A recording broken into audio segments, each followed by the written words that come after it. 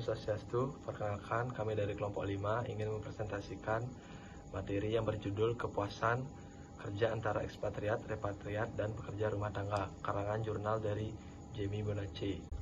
Sebelum itu, kami ingin memperkenalkan nama kami masing-masing. Yang pertama, saya sendiri, Igede Bayu Paramarta, NPM 1932121375, dan selanjutnya Om Swastiastu, perkenalkan nama saya Nilumadi Srigunanti, NPM 1932121376, dan teman saya Om Swastiastu, perkenalkan nama saya Iwan Ciptawi Putra dari kelompok 5 NPM 1932121379. Perkenalkan, nama saya Eko Maharis Meraputra, MPM 19321211386. Perkenalkan, nama saya Putu Winanta Prahadipa Putra, NPM 1932121401.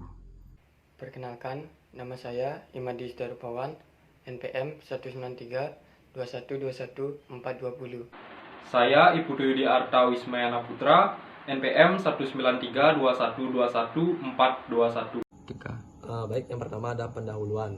Dari sudut pandang individu, pengalaman bisnis internasional mungkin memiliki sejumlah hasil positif, termasuk perolehan, keterampilan pengembangan pribadi, dan kemajuan karir jangka panjang. Namun pengalaman seperti itu bukan tanpa kesulitan. Sebaliknya banyak masalah ekspatriat telah dilaporkan. Yang kedua, didokumentasikan dengan baik bahwa implikasi karir penugasan internasional sering membuat frustasi, kurangnya rasa hormat terhadap keterampilan yang diperoleh, kehilangan status, dan kejutan budaya terbalik saat kembali merupakan masalah yang berulang di banyak perusahaan. Sekian materi dari saya. Materi selanjutnya akan dibawakan oleh teman saya. Baik, selanjutnya di sini saya akan melanjutkan presentasi dari teman saya.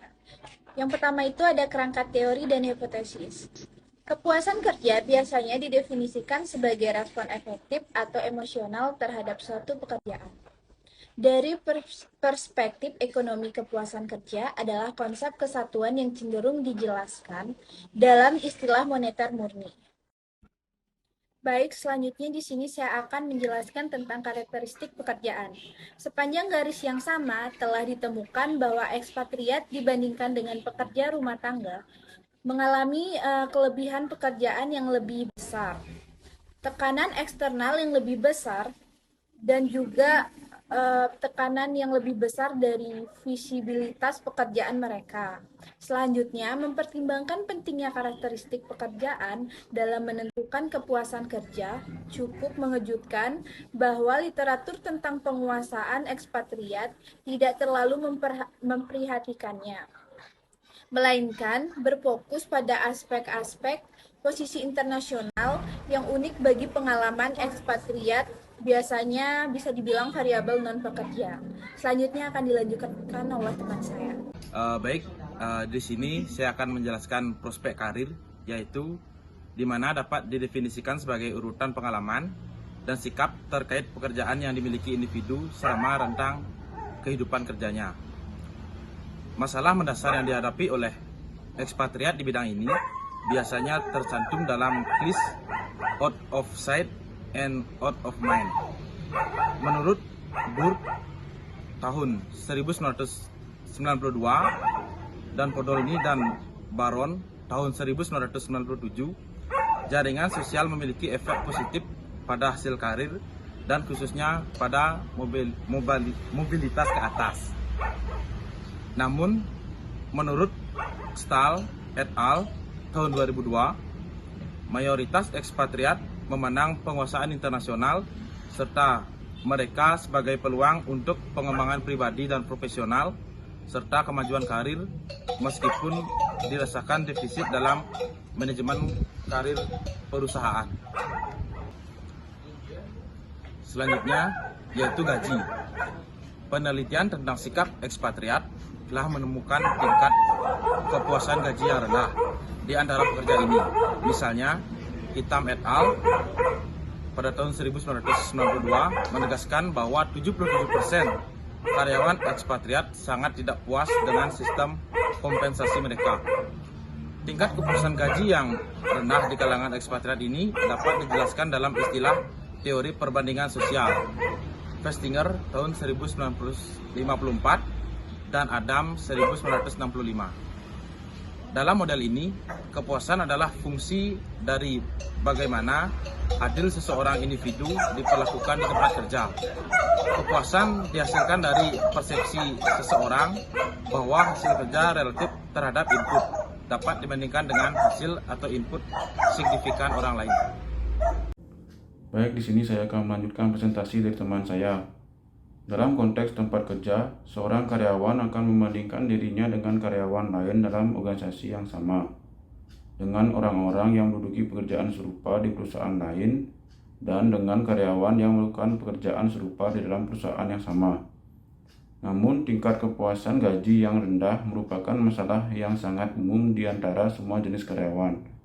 Ini berarti bahwa meskipun ekspatriat mungkin tidak merasa puas dengan gaji mereka mungkin relatif lebih puas daripada kelompok karyawan lainnya. Faktanya, para peneliti telah menemukan bahwa kepuasan cenderung lebih besar di antara individu dengan status sosial ekonomi dan pendapatan yang lebih tinggi. Rekan kerja, dukungan sosial dapat didefinisikan dalam hal sumber dan kualitas hubungan membantu. Namun, tingkat kepuasan gaji yang rendah merupakan masalah yang sangat umum di antara semua jenis karyawan. Ini berarti bahwa meskipun ekspatriat mungkin tidak merasa puas dengan gaji mereka mungkin relatif lebih puas daripada kelompok karyawan lainnya. Baik, saya akan melanjutkan presentasi dari teman saya. Budaya negara-negara dengan kekayaan nasional yang lebih sedikit sering dicirikan oleh jarak kekuasaan yang lebih tinggi, yang membuat staf lokal di negara-negara tersebut enggan berinteraksi dengan ekspatriat. Ketiga, komunikasi dipengaruhi oleh kemampuan bahasa baik ekspatriat maupun staf lokal. Baik, yang selanjutnya komunikasi internal berada. Seorang dapat membayangkan serangkaian perubahan tingkat eksekutif dalam personel, praktik, dan tanggung jawab yang mungkin tidak dapat diketahui oleh ekspatriat karena jarak dari kantor pusat. Kesulitan penyesuaian lintas budaya dan tidak mendapatkan informasi yang cukup dari kantor pusat perusahaan. Dalam kondisi seperti itu, stres yang dirasakan mungkin akan lebih tinggi dibandingkan dengan pekerja repatriat dan pekerja rumah tangga. Dibandingkan dengan ekspatriat, baik pekerja domestik maupun repatriat akan melaporkan tingkat kepuasan yang lebih tinggi secara signifikan dengan komunikasi internal perusahaan. Baik, di sini saya akan menjelaskan data penelitian. Data untuk penelitian ini diambil dari survei iklim organisasi di Dragados Y Constructions SA, sebuah perusahaan konstruksi Spanyol terkemuka. Pada saat penelitian, mereka mempekerjakan 3.450 pekerja di Spanyol dan 138 ekspatriat Spanyol bekerja di luar negeri. Perusahaan secara teratur mengumpulkan pendapat para karyawan ini tentang berbagai aspek praktik dan kebijakan manajemen perusahaan. Karyawan diminta untuk memberikan informasi demografis sebagai bagian dari kuesioner laporan diri. Informasi mengenai usia di dalam peningkatan 15 tahun.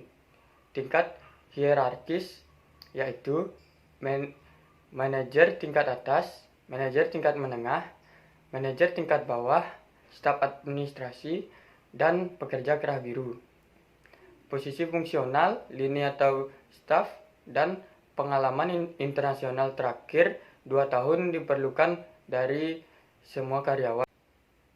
Untuk kepuasan kerja bisa dilihat di gambar. Baik, saya akan membawakan materi berikutnya yaitu mengenai metode dan hasil. Data dianalisis dalam 2 tahap.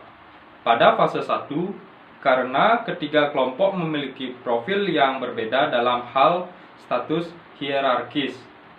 Fase 2, dari studi empiris kami terdiri dari menentukan apakah ada perbedaan antara tanggapan rata-rata dari setiap kelompok sampel pada setiap dimensi pekerjaan dianalisis.